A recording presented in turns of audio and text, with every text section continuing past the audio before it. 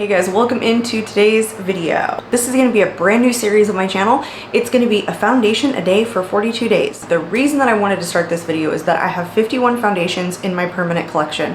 It's the number 2 item, maybe number 1 right now, of makeup that I really like testing. I'm really into testing new foundations. It switches back and forth usually between blush, eyeshadow, and foundation, my 3 favorite makeup categories, probably a lot of people's favorite makeup categories. But 51 foundations is just too much for me to have in my collection. I recently did a makeup declutter, and I will link that up in the cards, where I went through my whole collection and I decluttered, breaking some of my makeup into 3 different categories: keep, declutter, and then I made up a third, which was items that I want to keep for reference but I'm going to take out of my permanent collection and move into the closet, where I keep makeup that I think is popular, relevant, things that I may want to reference in future videos but that I don't want to use in my personal everyday life. But I did not do that with foundation. And recently I've gone through a really big skin change. In the last 8 months to a year, I have gone from really dry skin to very oily skin, and a lot of foundations that used to work for me that were more on the dewy natural finish side just aren't working these days. So I'm grabbing and loving more matte foundations. So some of my foundations in my collection predate my skin change. So the reason for this series, I don't want to just declutter foundations based on memory. I want to retest a lot of them because some of them are pretty expensive. Some of them I may re-love, some of them I may not like or may not work for me now, and it's time to make that determination. So while I have 51 foundations in my collection, this is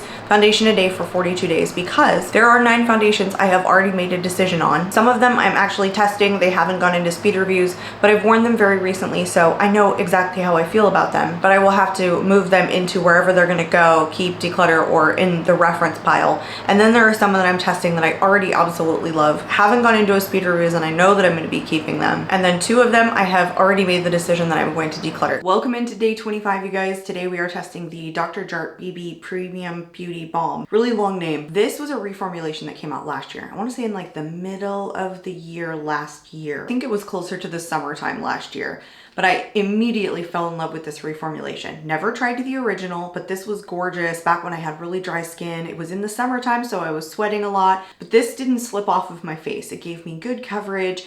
It kept me hydrated, but it didn't immediately leave my complexion, so I just fell in love with this darn thing. I thought it was super beautiful, and I think it provided good coverage, but I also feel like it gave me this like radiant dewy finish. I haven't reached for this since my skin has really changed, but I've been trying to grab some of the foundations that have a bit of a dewier finish or a natural glow or anything like that right now because I'm just not as oily as normal. I'm pretty sure this one's gonna stay, but let's get into talking about it and then we'll get into application. This comes with an SPF of 40. It also has niacinamide. It only comes in 4 shades.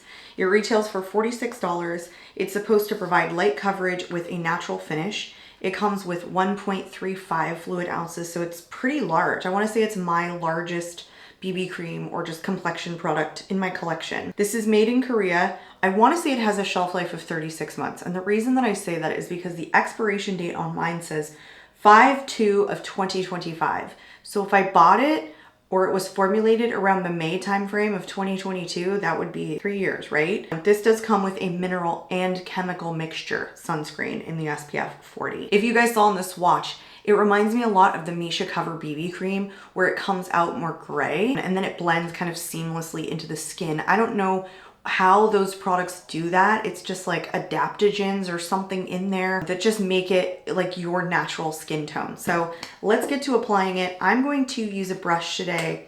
I don't think we need to apply it with one side with a sponge, one side with a brush, like I had been doing. Wow, I haven't reached for this in a minute. I'm like priming this pump. As you can see, it's a little bit of a whipped kind of. It doesn't run, it's not a serum-y consistency, but it's very thin.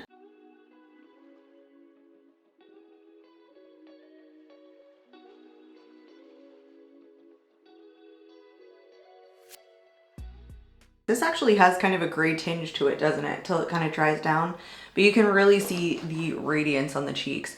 This smells like I'm just putting a normal sunscreen on my skin. The sunscreen scent is so strong. It looks really beautiful though. It looks like it evens out my skin tone, gives me a tiny bit of coverage, and then gives me a really decent SPF. Let's go into this side. I'm gonna pick up what's kind of on my hand. I'm gonna pump a little bit more.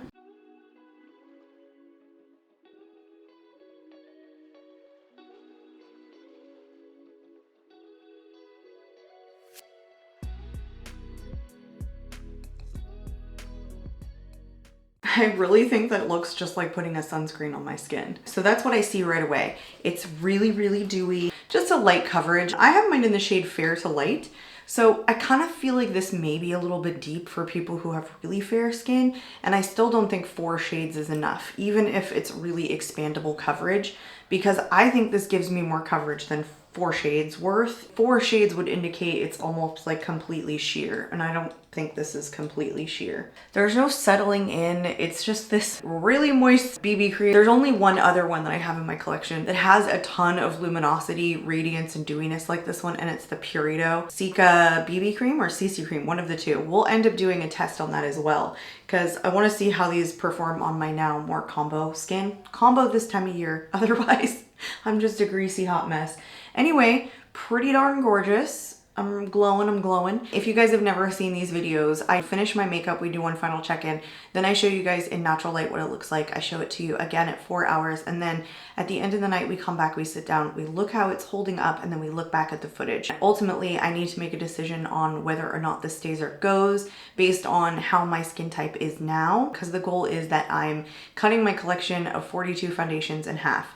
It's more than 42. It was just at the time when I started the series, there were many that were brand new and I had just tested them and they hadn't even gone into a speed reviews, or I knew that I already loved them. So a full final foundation declutter will be done at the end of the series. It's just gonna take me well into January, being that I'm only at 25 of 42. So let me go finish my makeup and we will come back and do one final check-in. Okay, we're back. It has been a little bit of a chaotic, finished my makeup. I did jump out and film a different video trying some new makeup, and now I have this lip product on that doesn't match at all, both this season and, you know, the eye look, but that's fine.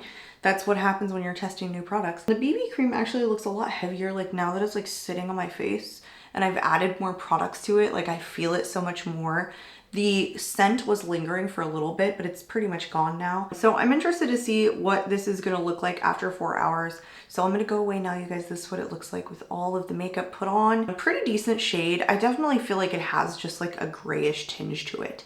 Like especially right around here, I feel like this one even more so than the Misha Perfect BB Cover BB Cream, whatever it's called. Let me get out of here. I will show you guys what it looks like in natural light, and then I'll see you guys back here at the end of at least 8 hours. Welcome back, you guys. It is 8:30, so I've had this on for over 9 hours. While I'm just yapping away, I'm gonna show you guys what it looks like in natural light and then at the 4 hour at natural light. I feel like it did come off on my chin around 4 hours. I don't know if it was coming off of my nose as much as it has like now at 9 hour mark. It still looked pretty good, but I'll tell you what, it definitely felt heavy on the skin. And I do feel like it added a little bit of extra texture on my skin. But right now, I'm really pretty dewy. On my cheeks, on my nose, on my forehead. This is one of those wear tests where I can really tell the difference between a much more hydrating foundation and just how it looks on, you know, combo oily skin. It was a little bit warmer today than I thought it was gonna be. I mean, it definitely got warmer than it has been in the last week or so. So I was sweating a little bit. This is just a dewier foundation anyway, so I feel like it was like pulling some of my oils out, but I think it just kind of has its own natural dewiness anyway. So I think this is a foundation that's really good for the pool, for the beach, any day you're gonna spend like outside in the sun and you're gonna want SPF, a birthday party, something along those lines. I do wanna hold on to this, not because I think it's a high performing, like long lasting foundation, but I think it's a high performing SPF. But I wanna recommend this to any of you that have dry skin. Maybe you're watching this video. I remember when I wore this with dry skin, it was absolutely beautiful. I think I'm gonna end up putting a video out there talking about like skin changes, how foundations wear on certain skin types, why I feel like certain skin types feel isolated from foundations that work for a lot of people, but that don't work for other people. I have had acne prone skin. I've had acne most of my life up until recently. I've had extremely dry skin, so much so that my nose has like been flaking many years of my life, like an entire decade of just really flaky skin that I just couldn't get under control. Now I've moved more into combo oily skin. It's a whole new thing for me. I just think it would be a good idea to talk about that in an upcoming video. Now having experienced a multitude of different skin types, which I think is honestly quite weird. I wasn't expecting it. It may be something that just naturally happens for a lot of individuals, but for me, it was such a drastic change, especially when